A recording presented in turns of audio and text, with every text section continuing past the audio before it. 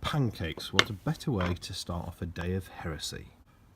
And these just aren't any pancakes. These are Dragon Master pancakes. Fans of the Horus Heresy, thank you very much for joining me for an episode of Reportage.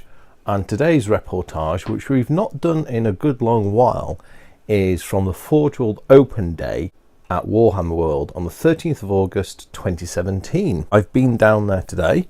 It was a full day event. Doors opened at 10 and most of the day there I met up with some great people from the tube, and I'll talk about that in a moment. But what the purpose of this video is, I'm going to go through some of the things I saw and caught my interest and share a few photos of what I took pictures of on the day and talk a bit about what I learned from some of the Forge World studio staff that I talked to as well. So I hope this will be of interest to you. Let's get a little intro screen up. So yeah, here we are. So this is how the day began. So I got there about, I think it was about 8:30, 25 to 9. Hopped in the queue.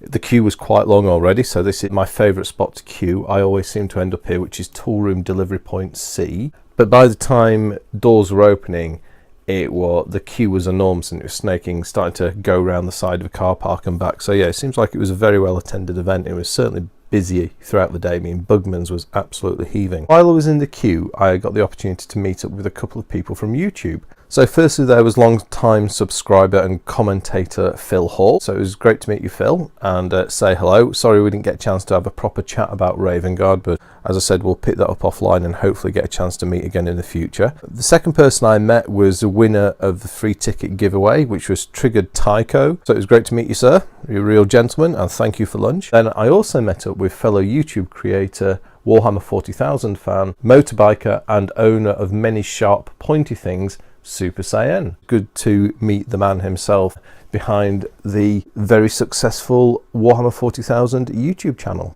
After a good old-fashioned bit of English queuing, the doors opened and in we went. On the way in, of course, the first thing that was on my mind is grab the new goodies. However, I couldn't help but notice they had some great Titan games set out. These are some of the studio Titans here. I mean, here we have Titans from my favourite Legio, the War Griffins, and some very Gucci looking Titans there in their distinctive grey dapple colour paint scheme. The opposite side, there's some nasty traitors, or, you know, valiant rebels, depending on your political outlook. Very impressive spread of Titans, to put it mildly. Anyway, once got past that, it was time to have a look at what goodies were on offer. Now, the surprise goodie, and the thing that was certainly intriguing everybody this day, was the Legio Custodes Orion Assault dropship, which, due to my slightly ham-fisted photography, we've lost part of the inscription of there. So this was on sale at a hide the credit card bill from my partner, £275.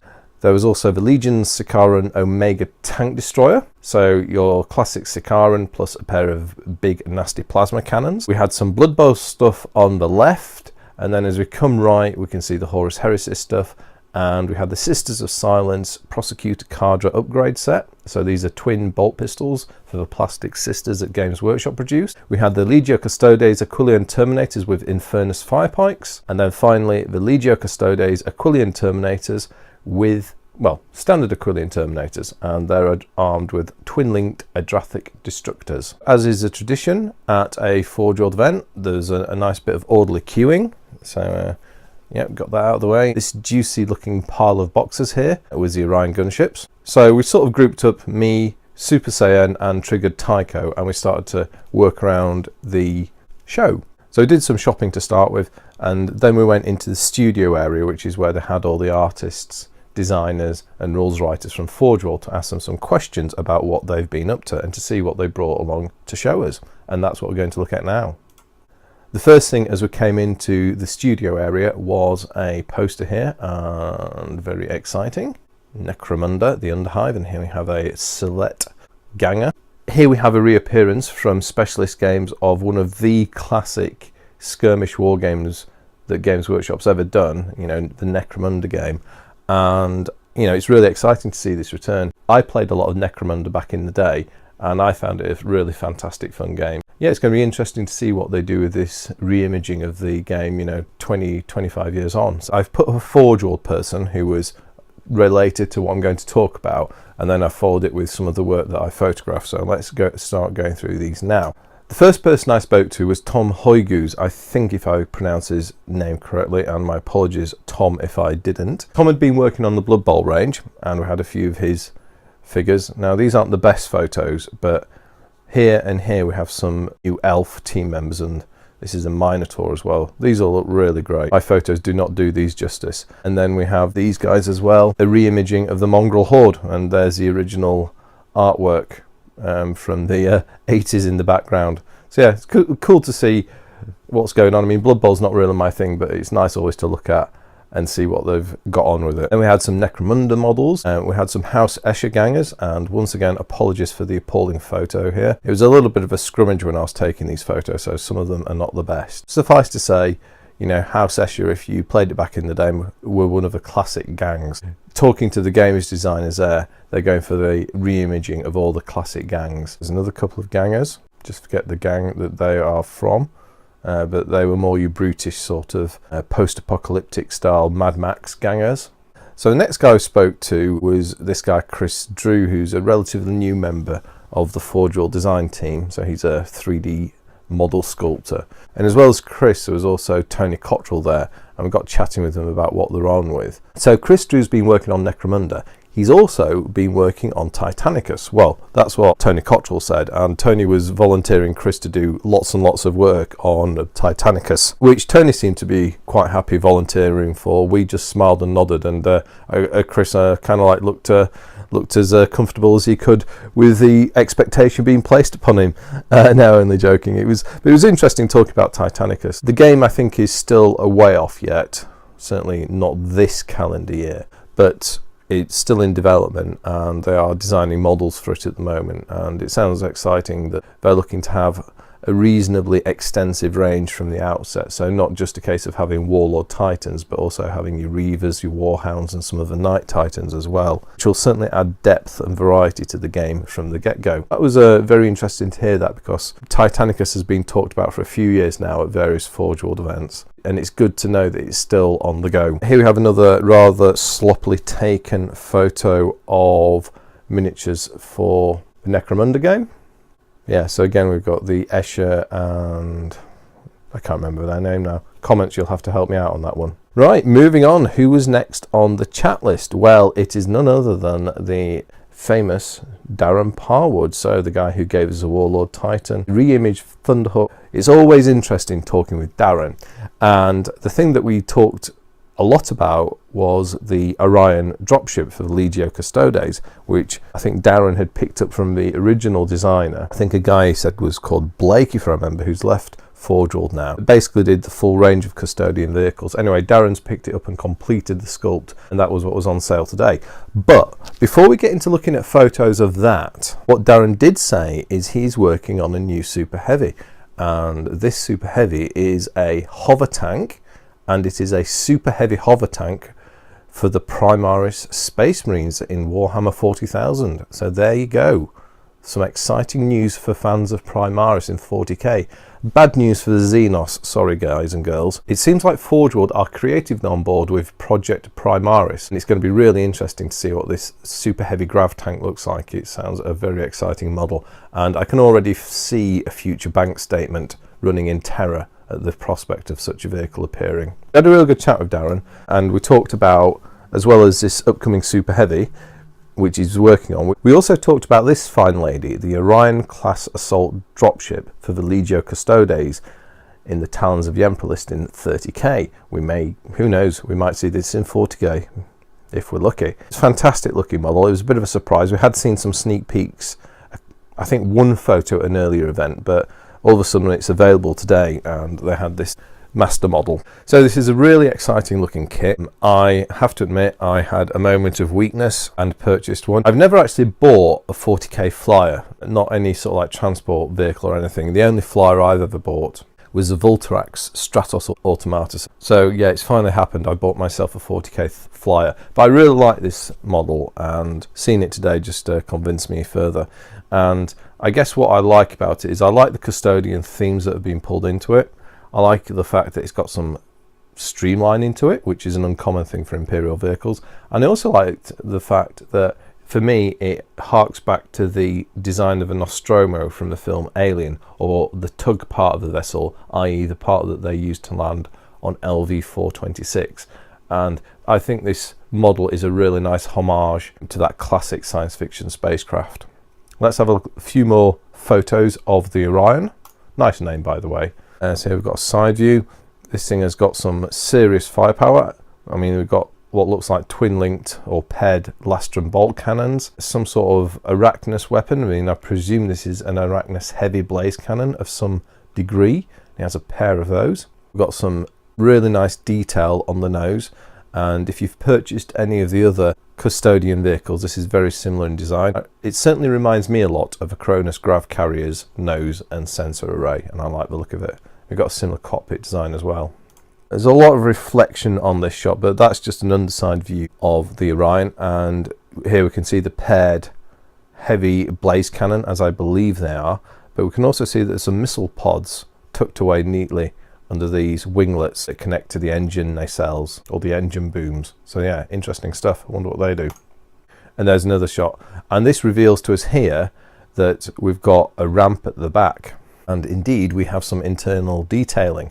Now, you can't see it here, but the internal detailing seems to extend all the way into the vessel. And it looks quite accessible compared to the Cronus Grav carrier, which I thought was very tucked away. But yeah, this looks much more accessible. It's got a nice big open ramp. The engines, I love the design of these engines. There are these vaned thruster outlets, and they've also got these aerospike features on the exhaust nozzles as well, which I like, and that's a feature that you do see something like that in modern day engines. We were remarking, Darren was mentioning that these things are hazardous for handling, and he'd spiked himself, so I was saying we need to get some polystyrene balls to tack on that for safety. And there's another slightly different angled shot of the Orion. Here in the background we've got the re-imaged Thunderhawk gunship. The Thunderhawk is still a considerably larger flyer than the Orion, but you know, the Orion is no small vehicle by any measure of the word. Now, this was my attempt at getting a photo inside the transport bay of the Orion, and due to flashiness and poor photography skills, we've got actually a big flash reflection. So you've got to kind of imagine with this photo that this is the benevolence of the Emperor's light shining out of a transport bay. You know, the guiding wisdom of his custodians gleaming out on the enemies of the Empire. But that aside, you can actually see some of the interior detail, and you've got this sort of like main section here, this main open section, and then there's a set of stairs that lead up into a smaller tunnel that looks like it leads through to the cockpit area. So it's got a nice look, I do like it. And there's a slightly different angle. Right, the next chap we spoke to was Owen Patton, and Owen is another new recruit, I believe. And Owen, according to this, is the newest member of the Forge World team, and he's been working on some new door upgrades for legions. And what they're doing is they're doing Land Raider, Rhino Demos doors for all 18 of the Space Marine legions. And they're also, in a little nod to Games Workshop, they're going to do some small sized doors for the repulsor tank. Note how the size of the doors compare. But yeah, so but Primaris transport restrictions aside, these look really good, and these will replace, as far as I can tell, the existing range of doors. And you know, they look really smart. Or maybe, I don't know, maybe they'll keep both, I'm not sure. Yeah, so that's some cool new components coming up for fans of Legion-esque insignia. And if you want to pause and have a closer look, there's a slightly different view. I don't know what, I must have been reaching over about 3 people to get that photo. And then the next person we had a look at the work of was veteran sculptor Trish Carden. And she's been working on this, I believe she's working on this absolutely immense dragon model. And that is a dragon to end all dragons. Very impressive beastie. I wonder if we could use it in the Heresy. The next guy we saw some work from was Keith Robertson, and he's been working on some of the recent Middle-earth The Hobbit game releases. And he had this piece of terrain that he's worked on as well, and it's like this fishing village, but it's set in a period of cold weather or a winter, and there's all this fragmenting ice sort of lingering around the jetties. So that looked really good. That was this photo doesn't really do it justice, but that was a great looking piece of terrain. and there was a selection of Lord of the Rings Hobbit models that have been recently released by Forge World. So you've got, I don't really know these very well, but you've got a lot of trolls, put it that way, and then a few more models there, and this isn't the best photo, so I do apologise for the focus. So moving swiftly on to the Dreadnought man, Will Hayes. Didn't actually get a chance to talk to Will because he was absolutely besieged by a horde of people talking to him. So we kind of listened in a bit to what he was chatting about, but we did take a look at what he's been working on, and there's some interesting stuff that he has in the works. This slightly overexposed photo shows us some of his current work. So we've got the Terminators with fire pikes, the Lastrum Storm Bolters and the Adrathic Destructors. We've got the Sisters of Silence upgrade kits.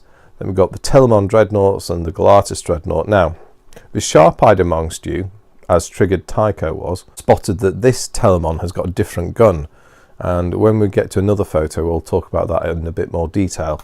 We had the Sicaran Plasma Executioner. All three of us thought that this looked much better as a resin model than the promo shots of the painted studio model did, and we were trying to figure out why. To begin with, we thought they'd changed the design, but after some comparisons and checks we realised it was just the same. What we decided in the end was it was just the way that these had been painted in a very dark colour. It just made them stand out too much, but actually seeing it like that, it's a really nice looking tank. And there we had the Sicaran Arcus fast missile tank, and now we've got the rules. This is arguably the most broken unit now in the Heresy. Mechanicum players are absolutely going to hate this thing. Even being a Mechanicum player, I don't think the special anti-robot warheads are particularly balanced, but that's a story for another day. But that said, it is a lovely looking model. Aha, and here we go with a better photo of the alternate weapon on the Telemon Heavy Dreadnought. And the sharp-eyed Super Saiyan observed that this looks identical to the Iliastus accelerator cannon that we've previously seen on the Cladius Grav tank. We're going to get a single arm mount weapon option for that on the Telemon, which is nice, having designed this Dreadnought with the modular weapon options available. And the studio guys and girls have been busy, and they'd already got one painted up, as we can see here, and from a different angle there. There's another photo of the Sicaran variants, and then there were some Tau flyers as well, and I can't remember what this is for the life of me. I do apologise, Tau players, but yeah, it looked good whatever it was. And another photo of the Arcas. And we had a few more painted tanks, and at this point we had a discussion as to why Forge World don't sell the Sicaran turrets separately. You know, you have to buy an entire tank each time you want one. Why not sell the turrets separately so you don't have to buy lots and lots of tank hulls as well? That said, beautifully painted models as always. There's a new Punisher turret which came out a few weeks back. And there's a nose-on view of my new favourite weird and wonderful Sisters of Silence transport, the Charon Pattern Acquisitor, with a few sisters as well. More Tau goodness, and with an array of magnetised weapons. Oh, and there's my favourite floating beetly undersea louse robot thing, the Vultrax Stratos Automata. Yes, as always, I need to state it's not a Blight drone. Here we've got some studio models we've seen previously. We've got the Domitar Battle Automata, the Macro Carried Explorator. These are the Titan Guard Hoplites, and then the Titan Guard Pelasts. And then we can see the Macro Carried in its full glory. The Orion. So they've been busy, and as well as having these on sale, they had a studio model painted up, and the chaps who were on the stand kindly got it out and showed it to us. I've used this before, but I've decided to lift it and reapply it to this vehicle. This is officially now called the Golden Floater. Now, I've bought one of these, so I'm allowed to insult it. These winglets you can angle and pose them in different orientations, which I like. So they've kind of canted them at 45 degrees, but I believe you could have them in a horizontal attitude or indeed a vertical attitude, and then anything in between. So that's really neat. And there's a plan view of the Orion. Lots of nice detailing along the top. Got some good design cues coming through, similar to what we saw on the Cronus Grav carrier. This deck detail and these raised ridges, do like that. And there's a sensor array and the cockpit and the forward mounted armament. And there's a wider view of the front end of the Orion. Another vehicle that I thought bared some similarity to this is the Osprey transport used by the US Marine Corps today. While these don't rotate, the layout of this spacecraft does make me think of that. And if you don't know what an Osprey is, do look it up and you'll probably see what I mean. And then an underside view of the Orion. And as we've seen with all the custodian vehicles, we have a richly detailed underside. Yeah, looks fantastic. Triggered Tycho suggested extending these winglets out to make it look like an X-Wing. I'm tempted. Another top-down view. Fascinating looking vehicle. But that brings to a conclusion the design studio section. So we did have a good look round. There was a decent amount to see. They had a lot of content about what was available on the day, and in all fairness, there was quite a lot of stuff released today. Forge World guys and girls were all prepared to talk about what they're working on, the new things that they're doing, which is good to hear. At the same time, I think with the exception of the new weapon arm for the Telemon Dreadnought, they didn't have a lot of the development models or equivalent with them, so they're obviously still in progress at the moment. I did ask about the Fires of Syraxus book, and I believe that is still in the writing phase. Don't believe it's due out anytime soon, so we'll have to keep our eyes peeled for that. I believe it's still going through the process of being rewritten for 8th edition. We then went and had a look around the miniature gallery. I've only taken a handful of photos. It was good to go to Miniature Gallery. I was last there about 3 months ago. I took the Cheeselets and a couple of friends. But since I was last there, they've rejigged everything quite substantially, and they've got a lot of new stuff in, some new displays and dioramas, and it felt really fresh and interesting to look around it again. Credit to the exhibition team for keeping the gallery up to date, interesting, and lots of new stuff. And this was a particular display that I think they had this at Warhammer Fest, but I just love this sort of battle in the clouds with the Caradron overlords, and how they've used this, I don't know if it's cotton wool or some sort of fibrous material to be the clouds that these airships are rising up through. This was new, I'd not seen this. Raptor Space Marines in woodland camouflage. So here you have them, some reasonable Marines who use camouflage, very groovy. This was a small part of a really large scene. You got Inquisitor Greyfax and her retinue, which I liked. I mean, as well as Greyfax, they've used a couple of Forge World Solar Auxiliary miniatures for her guards. Got the Arvus lighter as well. But this thing was like an enormous drilling platform in a sea. But it's as if Inquisitor Greyfax is visiting, and it's very clearly the case that this drilling platform has been manned, if that word can be used, by members of a Gene Stealer cult. This was the big new battle scene, and this was an absolute stonker. 3 of the new Thunderhawk dropships, and including this one here, unleashing a fusillade of missiles. There was stacks of Death Guard. This is 40k, by the way. We had a Death Guard or a Nurgle-esque Traitor Titan, and they converted the normal Forge World Chaos Reaver Titan to have a single monocular eye, which looked very effective indeed. They'd actually used a Heresy era paint scheme for the Death Guard, which I also appreciated as well. And as this is a new display, they've sneaked some Primaris Marines in here, as we can see. And then on the way out, I just saw this model, and this really wowed me. This was a Golden Demon winner, I believe from 2016, and it was a Warhound Titan. And I just took some photos of it for the incredible freehand artwork that had been done on this. Yeah, absolutely stunning painting. It just goes to show what you can do with these Forge World models if you have the artistic talent. It's absolutely amazing. And then finally, I think this is the last thing I took a photo of. It's quite hard to photograph because of a lot of reflection on the glass cabinet, but this was a Warlord Titan in a gantry being rearmed or repaired or prepared for battle, and yeah, I thought this was really cool. It's got the Ariok Power Claw, multi-launchers on the carapace, and a Plasma Annihilator as a main weapon. Finished up the day with one last visit to the studio area, and we just had a little chat with Adam Troke, who is a writer, a rules writer for Forge World, and I was just asking him about the rules on the Radio Dreadnought in 8th. What seems to be the relative loss of effectiveness of the Dreadnought compared to 7th edition. So yeah, we had a good chat about that. Maybe he might have a chat with his colleague who did write the rules on the radio, and maybe we might see a revision to that in the future. That's everything I had to say about the Forge World Open Day at Warhammer World on Sunday the 13th of August. So I hope you found that an interesting overview, certainly what caught my eye at this most recent Forge World Open Day. I really enjoyed going to this event. I do like talking to the designers and seeing what they're working on. I can spend a lot of time chatting with the designers, and I do find it really interesting to speak with them.